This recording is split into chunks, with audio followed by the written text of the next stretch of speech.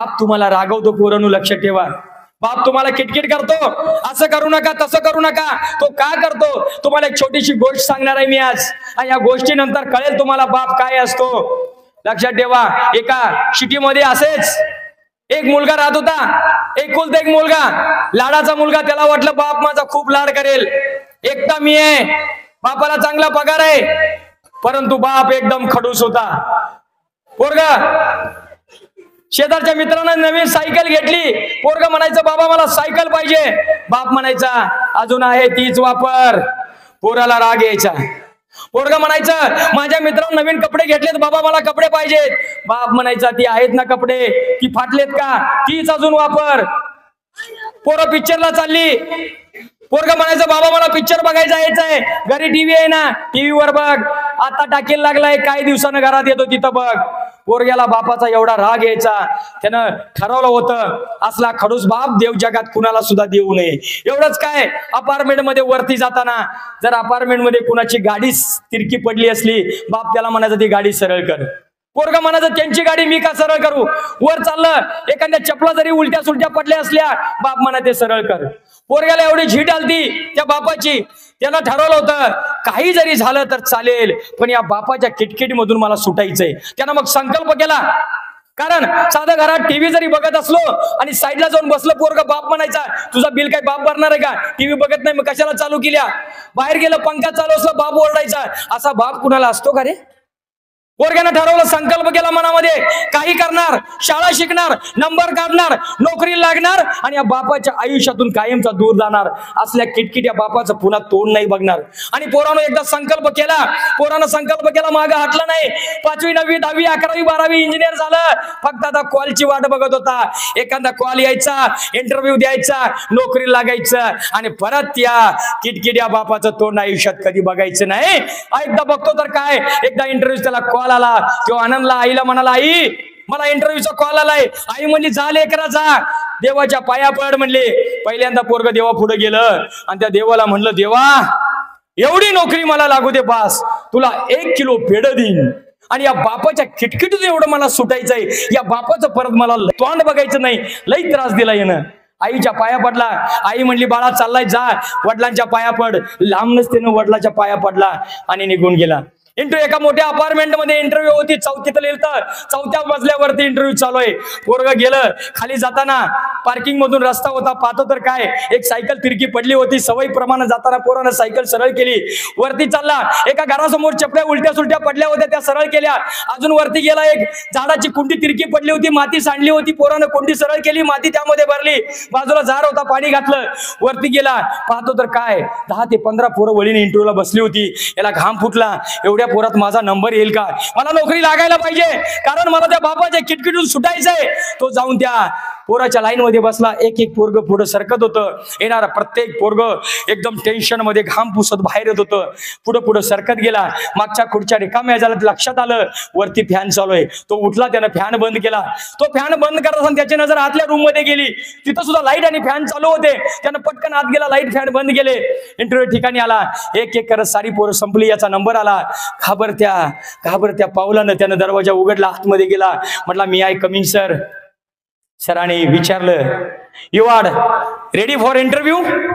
त्यानं पुन्हा एकदा डोळे बंद केले. देवाचं नामस्मरण केलं. देवा आता एक नाही, तुला 2 किलो पेढ देतो रे, पण काही कर, मला या इंटरव्ह्यू मध्ये पास कर, मला त्या किटकिट्या बापाच्या तावडीतून सुटायचं आहे. Yes I am ready for interview म्हणण्यासाठी त्यानं डोळं उघडलं. बघतो तर काय, समोर लिफाफा धरला होता साहेबांनी. त्यानं विचारलं हे काय. साहेब म्हणले उद्यापासून तुम्ही कामावरती हजर राहायचंय. तो म्हणाला मी इंटरव्ह्यू दिलीच नाही, तुम्ही मला कुठला प्रश्न विचारलाच नाही, माझं सिलेक्शन झालं कसं काय. मॅनेजर म्हणला बाळा हा गुणाचा इंटरव्ह्यू नव्हता, हा इंटरव्ह्यू होता संस्काराचा. आमच्या फॅक्टरीला कामगार नको आहे, आमच्या फॅक्टरीला मालक म्हणजे मॅनेजर पाहिजे, जो आमच्या फॅक्टरीची मनापासून काळजी करेल. तुला माहित नसेल म्हणून सांगतो, आम्ही आमच्या बिल्डिंग मध्ये ठिकठिकाणी कॅमेरे लावून ठेवले होते. आम्ही पाहिलं तुझा काही संबंध नसताना तू सायकल सरळ केली, चपल्या सरळ केल्यास, कुंडी सरळ केलीस आणि आमच्या लाईट सुद्धा बंद केल्यास. पोराला पटकन बापाचे सगळे संस्कार आठवायला चालू झाले.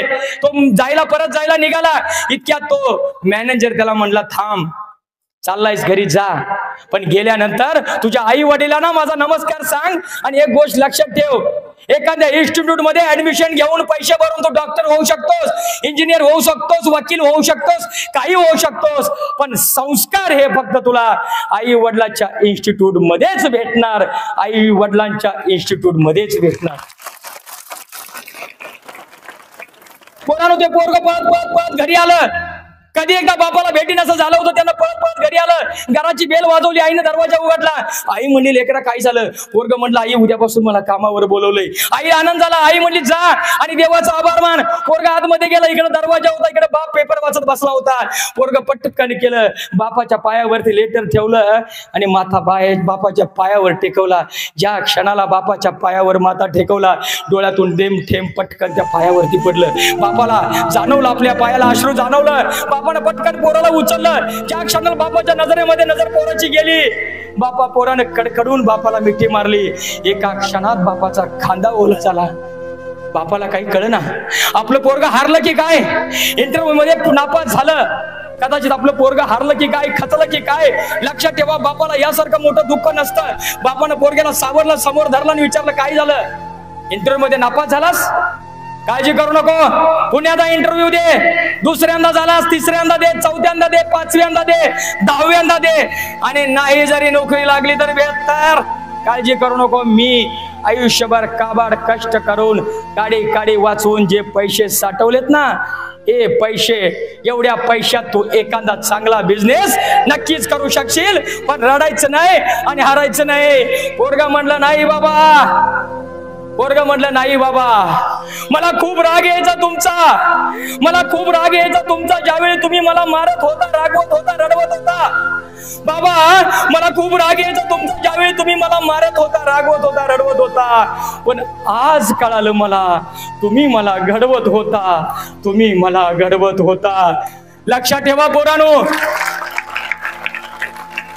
जोपर्यंत बाप नावाचा सूर्य तुमच्या आयुष्यामध्ये आहे, सुखाचा दिवस कधीच मावळणार नाही. जोपर्यंत बाप नावाचा सूर्य तुमच्या आयुष्यामध्ये आहे, सुखाचा दिवस कधीच मावळणार नाही. एक वेळ कळेल तुम्हाला बायबल, कुराण, पोथी पुराण, एक वेळ कळेल तुम्हाला बायबल, कुराण, पोथी पुराण, पण बाप नावाचा ग्रंथ कधीच कुणाला कळणार नाही, कधीच कुणाला कळणार नाही.